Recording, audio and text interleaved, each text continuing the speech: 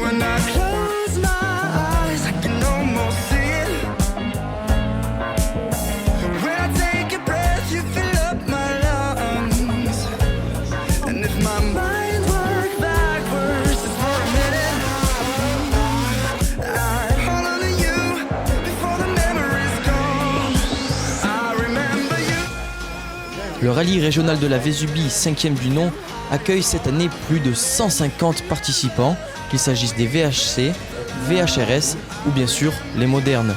L'épreuve est organisée cette année de concert entre l'ASA BTP et l'écurie vésubienne automobile. Elle garde son format classique avec pour seule modification la direction de Pélasque et sa longueur. De quoi régaler petites et grosses automobiles.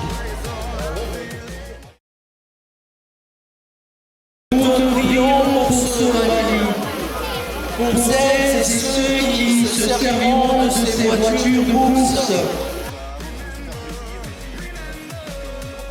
Les VHC sont les premiers à sortir du parc fermé. Les équipages modernes sont eux aussi sur le point de partir.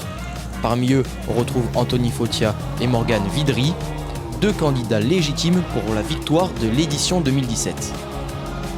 Bon, on va partir ce matin sur le sec, on va essayer d'attaquer un peu d'entrée là pour voir ce que ça donne comparé à Morgane derrière. Et après on avisera au fil des deux premières, mais là les deux premières on va essayer de rouler quand même sur un rythme assez soutenu là. Ouais, essayer de faire une bonne première boucle et puis voir cet après-midi, ouais, ça va être. Ce matin je pense que ça va se jouer un peu et cet après-midi espérons qu'il pleuve pas, hein, on verra. Hein. L'autre enjeu de ce rallye est de savoir qui de Mathieu en M3, Moni en 206, Pistacchi en 318 compact, Estienne en Porsche, Diffant en 306 ou même Tramaloni en DS3 sera capable de monter sur la 3e marche du podium.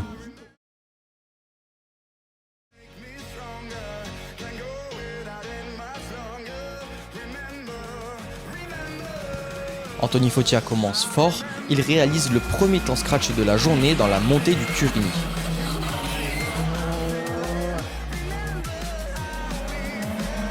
Morgane Vidry est lui un solide second, c'est assez logique même si l'écart peut surprendre car il a pris plus d'1 seconde au kilomètre.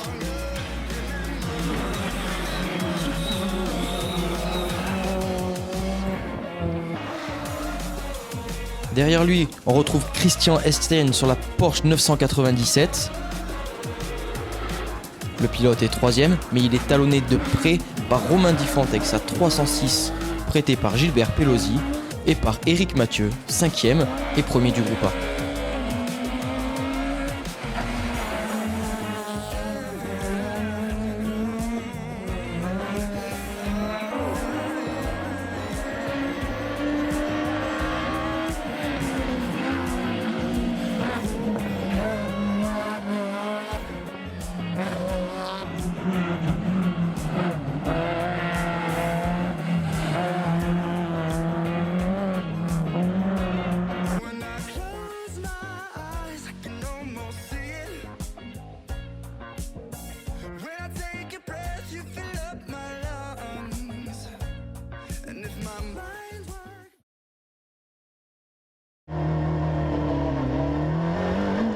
Allez, on se retrouve maintenant en compagnie de Romain Diffant et Mélissa Asensio pour la spéciale numéro 2.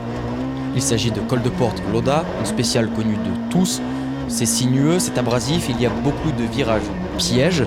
A noter que sur la première partie, le goudron a été refait.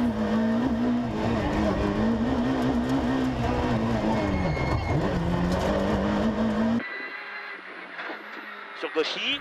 Nous voici maintenant en compagnie de Morgane Vidry et William Hannock pour la fin de la spéciale, avec la fameuse carrière de Loda, toujours très prisée des spectateurs. 30 mètres, droite 100.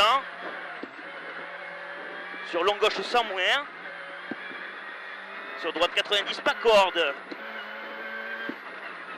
Sur droite I, sur freine, gauche 80 moins.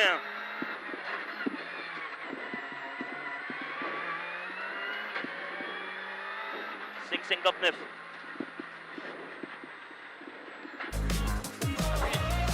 5,59, oui, mais pas encore suffisant pour devancer Foggia, même si les sensations vont de mieux en mieux pour l'autre pilote vésubien.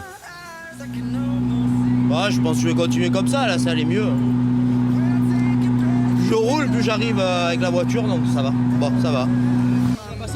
Non, je comprends pas. L'auto, autant dans le Turini que dans celle-là, on glisse beaucoup de l'arrière, je comprends pas. Pourtant, on a de bons pneus.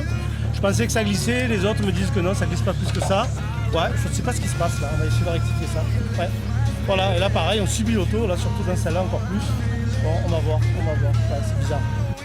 Ouais, j'espère, je sais pas ce que ça donne là. Ça va, je pense qu'on va passer une bonne journée là, c'est bien. Ouais, c'est bien.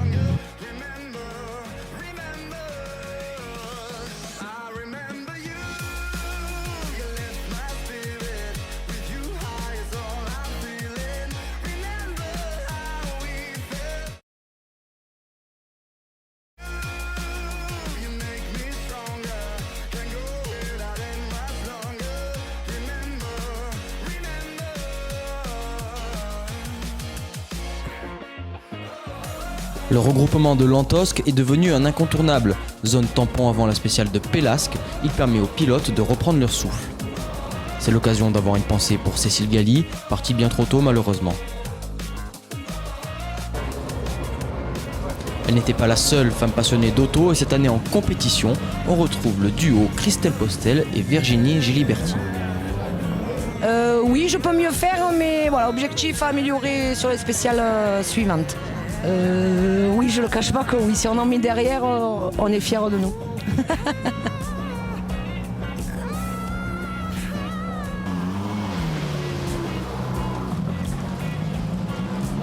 La course va reprendre ses droits, mais pour les plus gros numéros, il reste une poignée de minutes à attendre.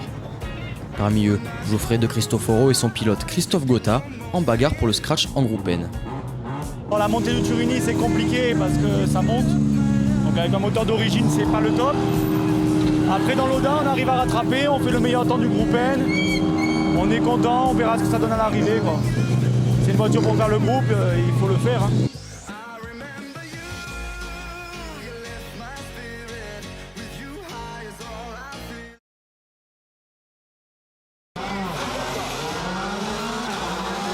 La spéciale de Pélasque commence et peut réellement changer la donne. Nouveau sens, rallongé, elle sème le doute et peut permettre à Anthony Foggia d'asseoir son avance ou au contraire de voir Morgan Vidry revenir sur lui.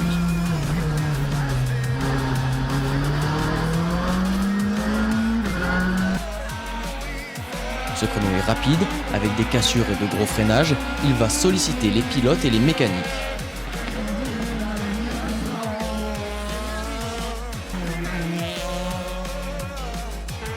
Sur droite à fond et 30 mètres, gauche à fond et 30 mètres, gauche à fond au panneau, reste à droite, 20 mètres, frein gauche, sur droite 3 ouvre, pas grave.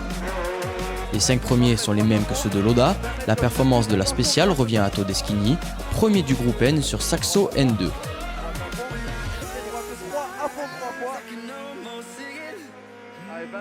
Au général, Tramaloni fait son apparition au détriment de Estienne, et Mélan, lui, est toujours en tête du groupe N.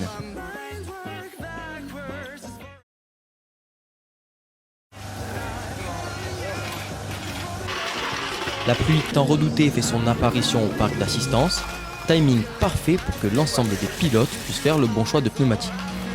Le classement commençait à se dessiner, mais dans de pareilles conditions, les surprises peuvent être nombreuses.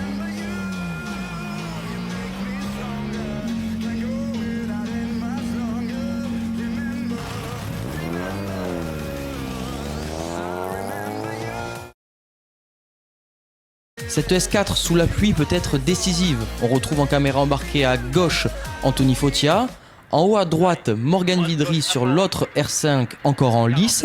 Ils sont tous les deux équipés de pneumatiques pluie.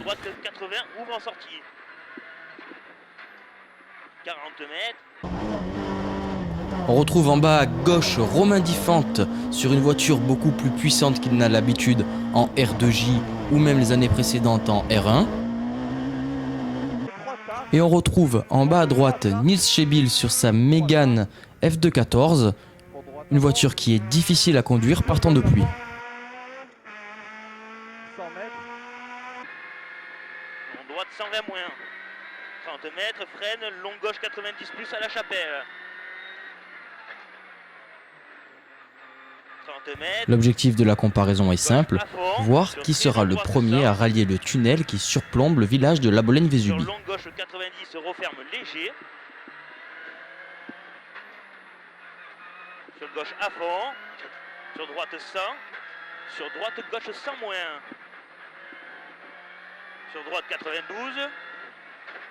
Sur gauche Le premier 90, arrivé aux abords du tunnel est Anthony Fautia. 50 mètres au tunnel. Gauche 100 moins. Morgan Vidry le suit à plus 3 secondes 15. Romain Diffante à 6 secondes. Et on retrouve Nils Chebil qui se bat avec sa voiture à plus 12 secondes. Pistacchi fait une première apparition dans le top 5. Mathieu conforte lui sa 3e place. Gotha s'empare lui du groupe N grâce à ce chrono.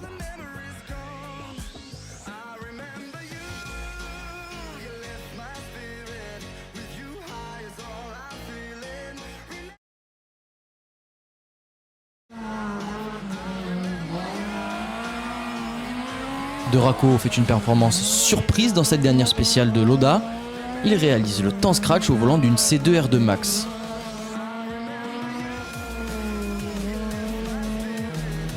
Gotha est lui toujours à l'attaque. Au volant de sa Clio Groupe N, il réalise le 4e temps scratch.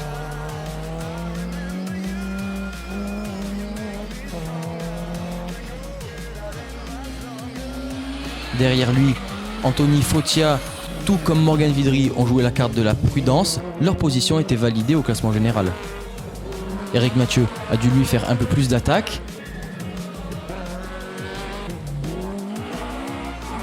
Car derrière, Luc Pistacchi en grande forme fait un temps canon à tel point qu'il dépasse Romain Diffante.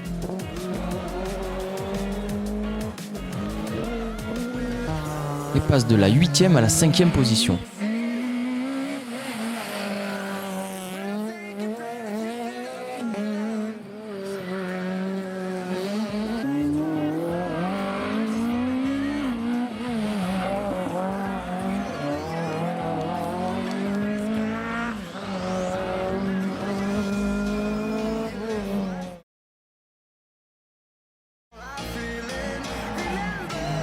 Les VHC étaient aussi à l'honneur ce week-end sur les routes de la Vésubie.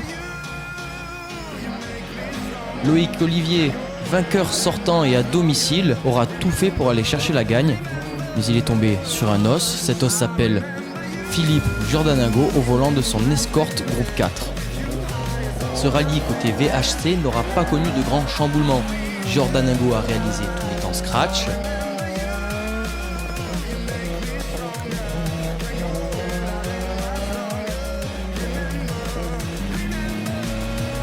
Derrière lui, Didier Dalmasso, au volant de sa Renault 11 Turbo Groupa que l'on connaît tous, a réalisé tous les 2e temps.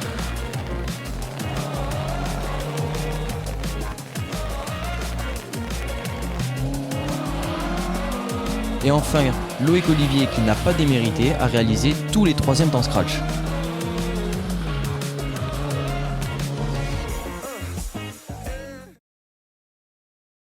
Anthony Fautia s'impose finalement après avoir tant espéré l'année dernière au volant d'une Honda Civic.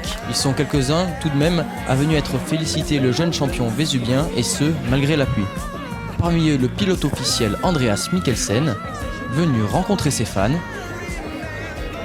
échanger avec les équipages ou même tirer sur un autre type de levier. La seconde place revient à Morgan Vidry qui n'aura pas démérité, lui qui s'est déjà imposé ici par le passé. Le vainqueur du VHC, Philippe Giordanago, nous parle de cette atmosphère spéciale qu'est la compétition historique. C'est vraiment un plaisir de venir rouler ici dans le 06. Moi j'ai arrêté la compétition pendant 17 ans et j'ai repris avec cette Ford Escort et c'est vraiment un plaisir. J'ai fait le rallye de l'Escarène aussi et on vient de faire ce rallye là. J'ai couru étant jeune avec une Opel Ascona 400 et c'était une propulsion, donc je me suis arrêté pendant une quinzaine d'années comme je vous ai dit, et là on a repris une propulsion pour continuer à se faire plaisir dans la même ambiance quoi. Parce que l'ambiance historique c'est vraiment une ambiance, c'est des copains. Des copains et des comiques, il y en avait aussi parmi les engagés du moderne. Ils ont attendu jusqu'à la fin du repas pour féliciter Anthony Fautia, le vainqueur de cette édition 2017.